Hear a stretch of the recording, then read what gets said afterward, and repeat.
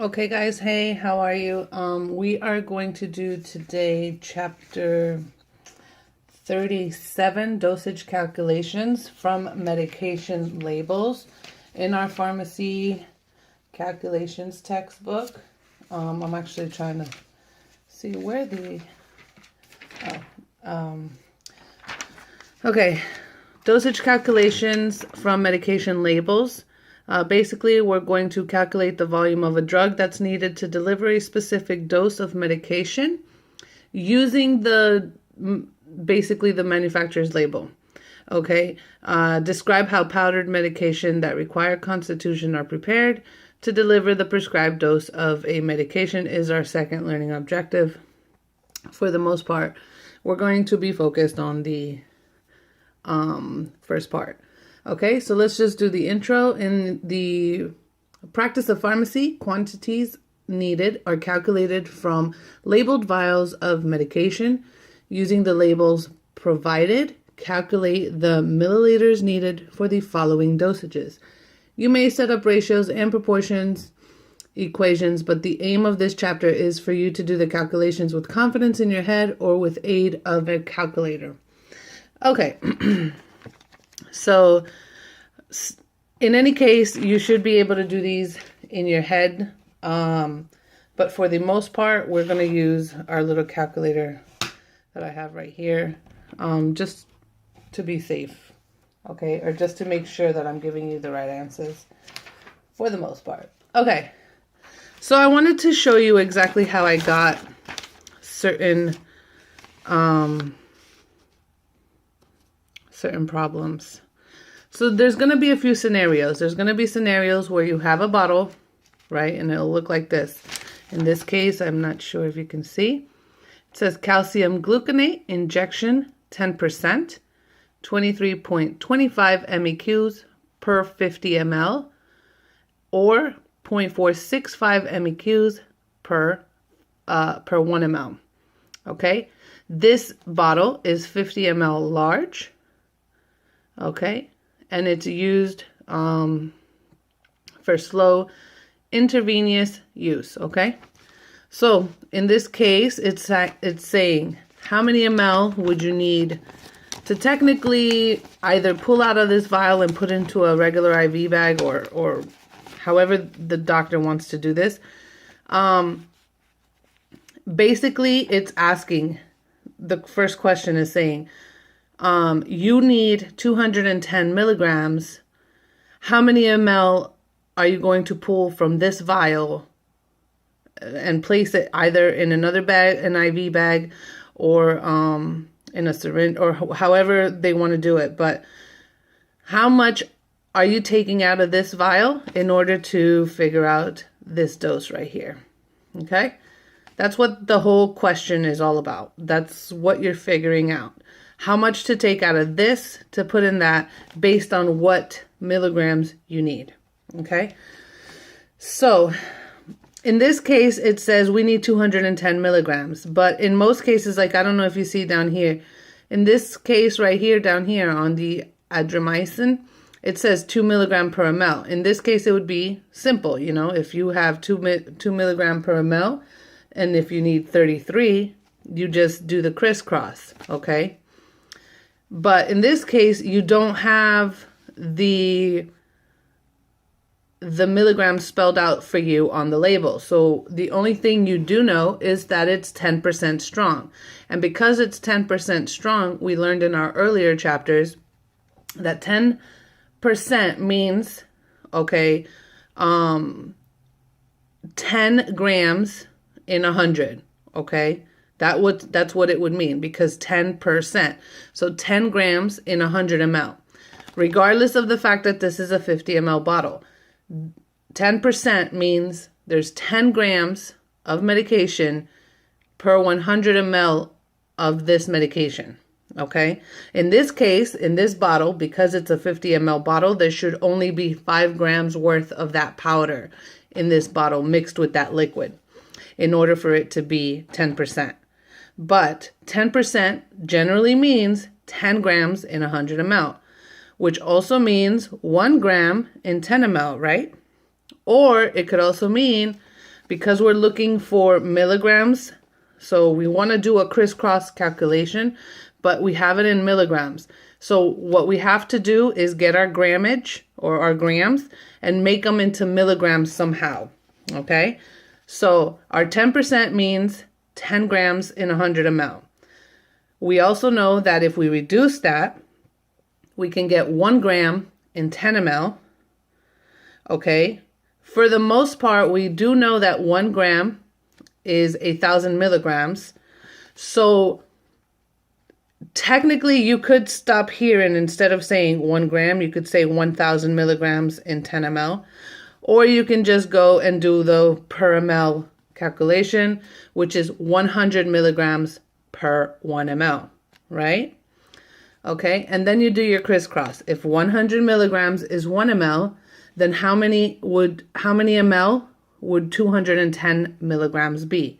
You do your crisscross 100x over or equals 210, because 210 times 1 is 210. And then you divide, and you would figure out that you need 2.1 ml. Okay? For the most part, every problem in this chapter, as I could see, I only went up to 20 anyway, but every problem generally has 2 scenarios. One scenario where it's just going to be a percentage, and you have to calculate the percentage and make it into grams per or milligrams per ml. So you have to reduce it over and over again. Or a scenario where it gives you either the milligrams or the units or whatever it is per 1 ml. Okay? So it's just basically reading the label. So in number 2, you see that it's asking for 33 milligrams. So in this case, it says this bottle, right? This bottle is basically 200 milligrams. And depending on, I'm not sure how many ml is in here. It's not stating how many ml. Let me see. Maybe I'm not seeing it because I'm also. But no, it's not stating how many ml large this bottle is. But because we know that 2 milligrams is 2 milligrams per 1 ml, then I'm guessing that 200 milligrams, right? If we divided 200 by 2, we would get a 100 ml bottle. So I'm assuming that this isn't a 100 ml bottle because there's 200 milligrams in this bottle. Rather, it's saying it's a 10 ml large bottle. It's saying that it's a 200 milligram large bottle, which also means if there's 2 per 1 ml, then 200 would be 100, right?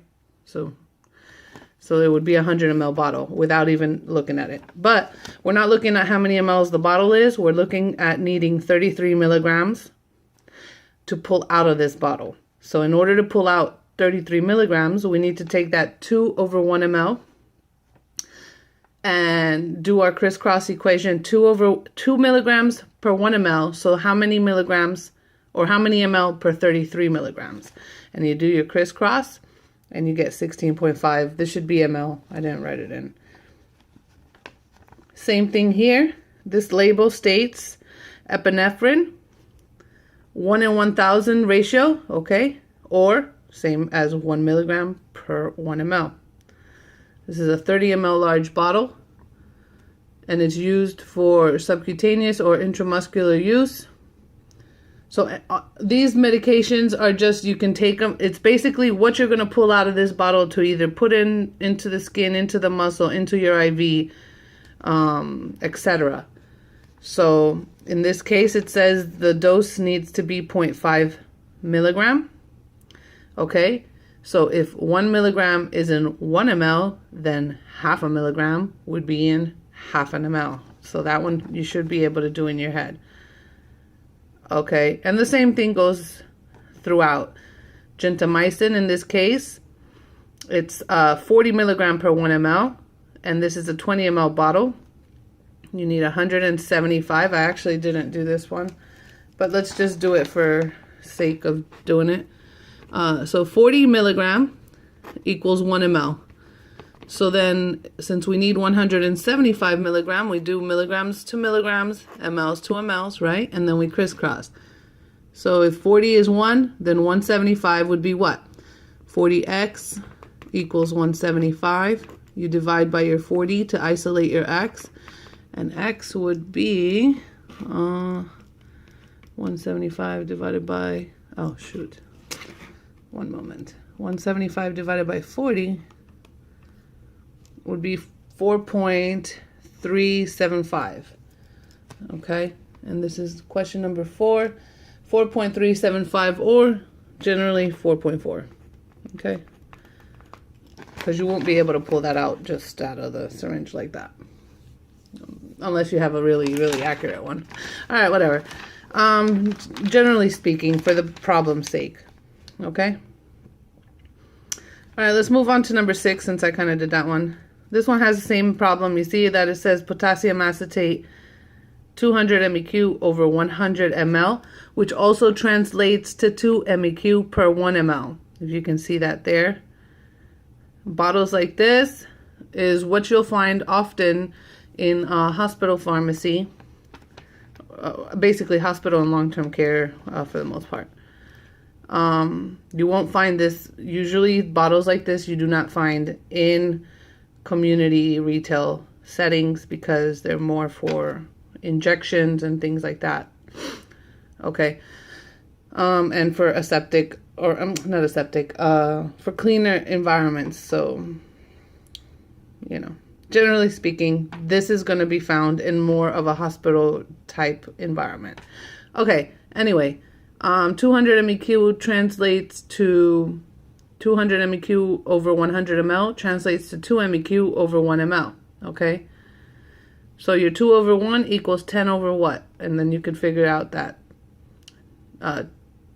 2 divided by 10 is 5. Okay.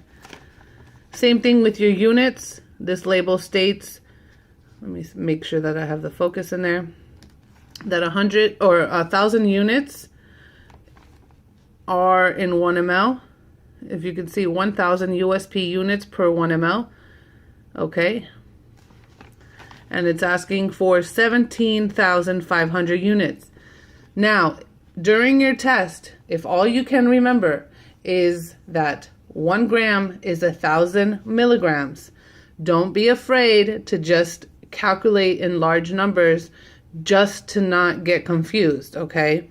There's going to be an example down further that I did that it just helped me to easily get an answer faster, I guess. But in this case, you see you have your 1,000 units equals 1 ml. So 17,500 would be 17.5 mLs because you do 1,000x to 17,500. You divide your 17,500 by 1,000 and you get your 17.5 ml that you're looking for. All right.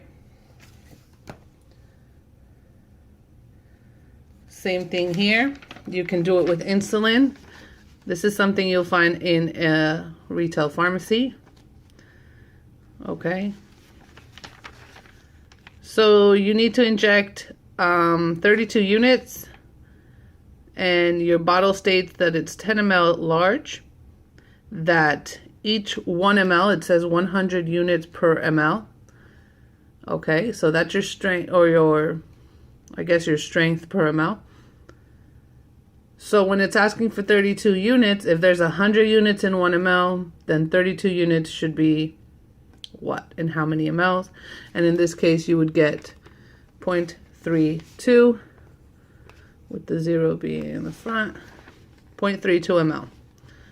Okay? So on and so forth. Okay. Where was that other one? Let's do this one really quick. Okay.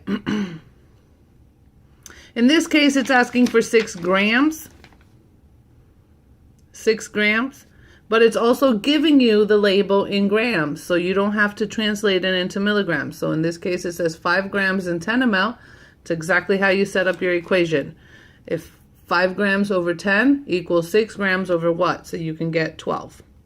Okay? and you do your crisscross. Exactly how it's set up here is exactly how you need to set it up in order to get your medication. So for example, if this was in milligrams, then you would have to convert it. You would have to convert this into milligrams and then back to grams in order to get your answer. But for the most part, if it states 5 grams per 10 and it's asking for 6, you set it up with grams over ml. However it asks you to set it up, that's exactly how you set it up. All right, this was my big one, or the one that I was kind of referring to last time about big numbers. Okay. In this example, it's showing concentrated sodium chloride, 23.4%, which also means 234 milligrams per 1 ml, 4 MEQ per ml, okay, 30 ml bottle. So the doctor might say, I need 4 MEQs. I need to provide 4 MEQ, which is rare. He's usually going to give you a strength, but whatever. He might ask you for 4 MEQ over ml. Okay, in this case, you'll know that you have to give him 1 ml out of this bottle. So don't get confused when you see something like this. Milligram over ml, MEQ over ml. These is just different translations of what's in this bottle. Okay, the strength of what's in the bottle. It doesn't mean that there's more to it by any chance. Don't overthink it. This means that if I wanted to talk in percentages, I know that it's 23.4%. If I wanted to say how many milligrams per ml, I know that it's 234 milligrams per 1 ml. And if I wanted to see how many milliequivalents were in an ml, it's 4 MEQs per 1 ml. All of this means the same information. It's just translated differently, okay?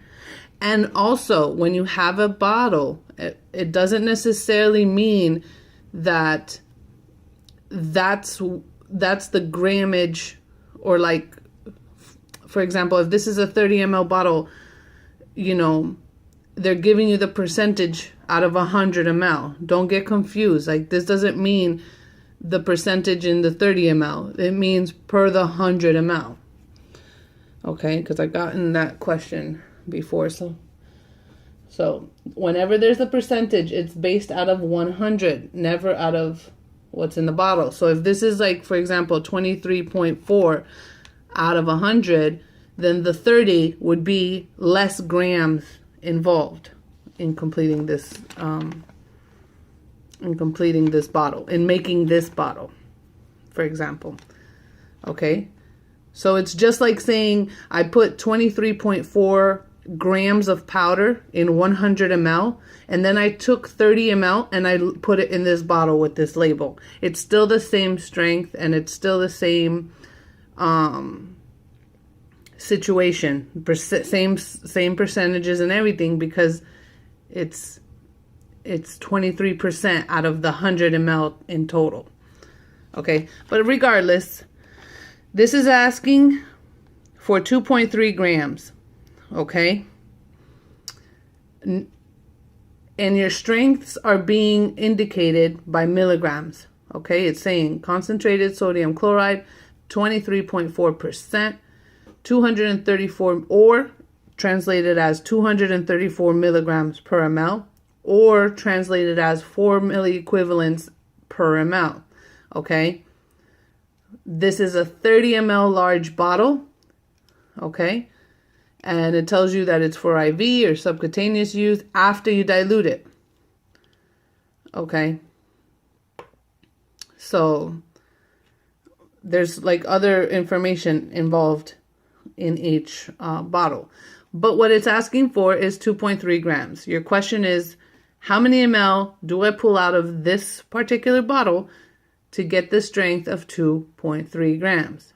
If all you could remember is that 1 gram is 1,000 milligrams, okay, and you're faced with a question like this, don't be afraid to say, okay, well, 2.3 grams is 2,300 milligrams, and work your problem out like that. You will still get the same answer, and you'll be less confused, okay? Don't try to, I mean, you could do all the reducing to get it into beautiful numbers, but just, you can work with large numbers. You will still get the same answer.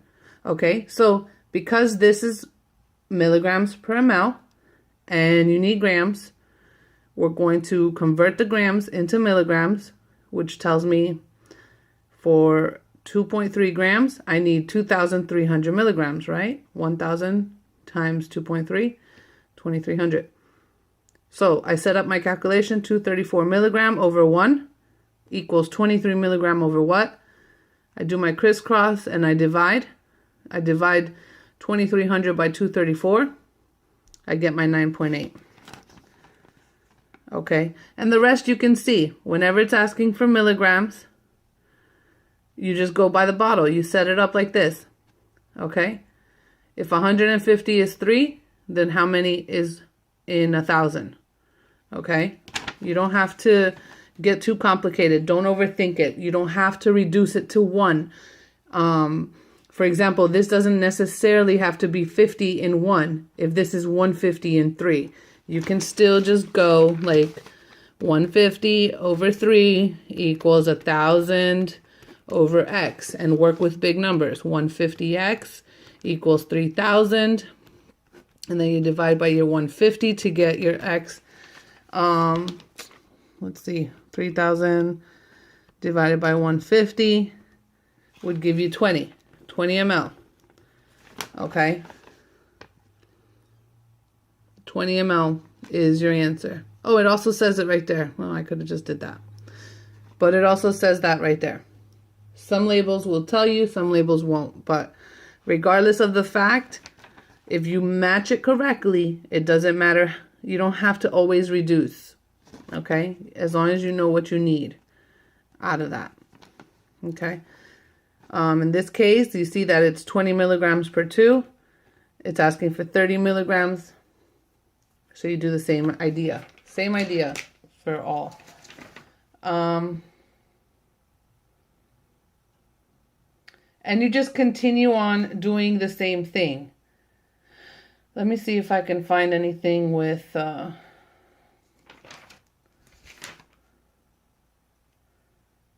anything different. Okay, I guess we could do the milli equivalents. We haven't done those.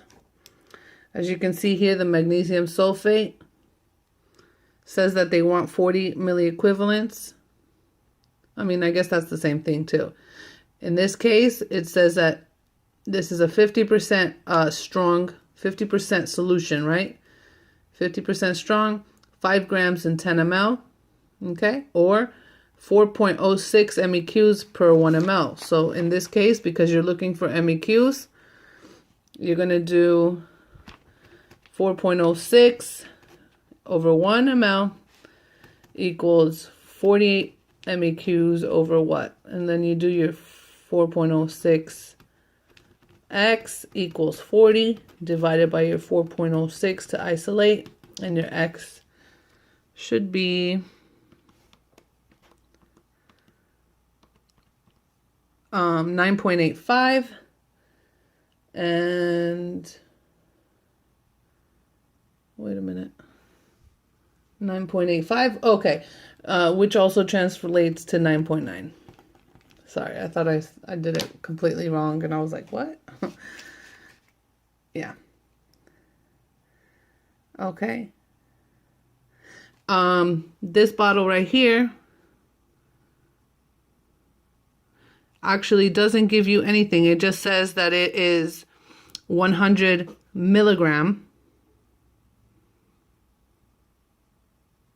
So what would that translate as? Okay, because we need, let me see, does it say our strength anywhere?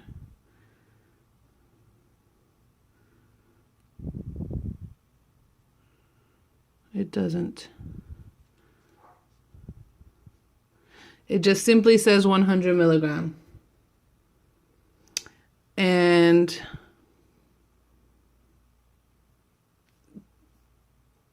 let me see. How would I translate this? Give me one moment.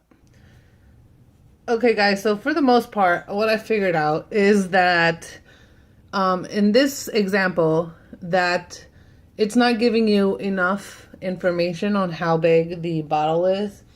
But commonly it is dispensed in 5 ml bottles.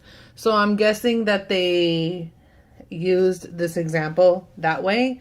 But regardless of the case, you would pick exactly how many milligrams you have in your entire bottle. So if this is a 5 ml bottle and this states 100 milligram, that means in the entire bottle of 5 ml, you have 100 milligram. So you would set it up the same way and to do your crisscross. And in this case, because it's commonly dispensed in 5 mLs, you would receive 4.9 ml. I can assure you that a similar problem like this, like in tricky questions where you need to know, actually have experience in the pharmacy to know that you absolutely get that dispensed in 5 ml increments, is probably not going to be a question that they ask you on your national exam. They're going to be a little more direct. Okay. And for the most part, you know, you can see your book and there's more examples to go through, but they're all pretty much the same thing. Set up your ratio based on what you're given and then put in your missing factor to get your mLs. Okay, so put in whatever you have, your 4 pieces, right? That's how we've been discussing it. So everything is your 4 pieces. You have your 1, for example, in this one, you have your 1,000 per ml. So that's 1 and 2. Your 1,000 on top, units, and your ml on the bottom. Okay, that's your 2 pieces. Your 3rd piece is you need to figure out what 5,000 units would translate as. And then you're going to look for the 4th piece. Okay. So in this case, we would do the 1,000 ml over 1 ml. Units. 1,000 units over 1 ml equals 5,000 units over what? So if technically it would be 5, right? 5,000 divided by 1,000 is 5. So that's what you would go on. 5 ml would give you 5,000 units. And so on and so forth. I just wanted to do a quick recap on the chapter because it just, I don't know, it felt like it needed to be said. But for the most part, you'll have your bottles that state how strong and in how much you need to, or you have it in. Okay, I'm just going through the quick examples really quick to make sure that I don't have anything that I can add into this video other than that. But no, everything is pretty much the same. You're going to get a label that has pretty much the information in a couple different forms, okay? Either with milligram over ml, MEQs over ml, or percentages. And then all you need to do is follow those simple instructions and search for what you're looking for, okay? And you should be fine. All right, and that concludes chapter 37. If you have any questions, again, put in the comment section so we could answer it just once. Thank you.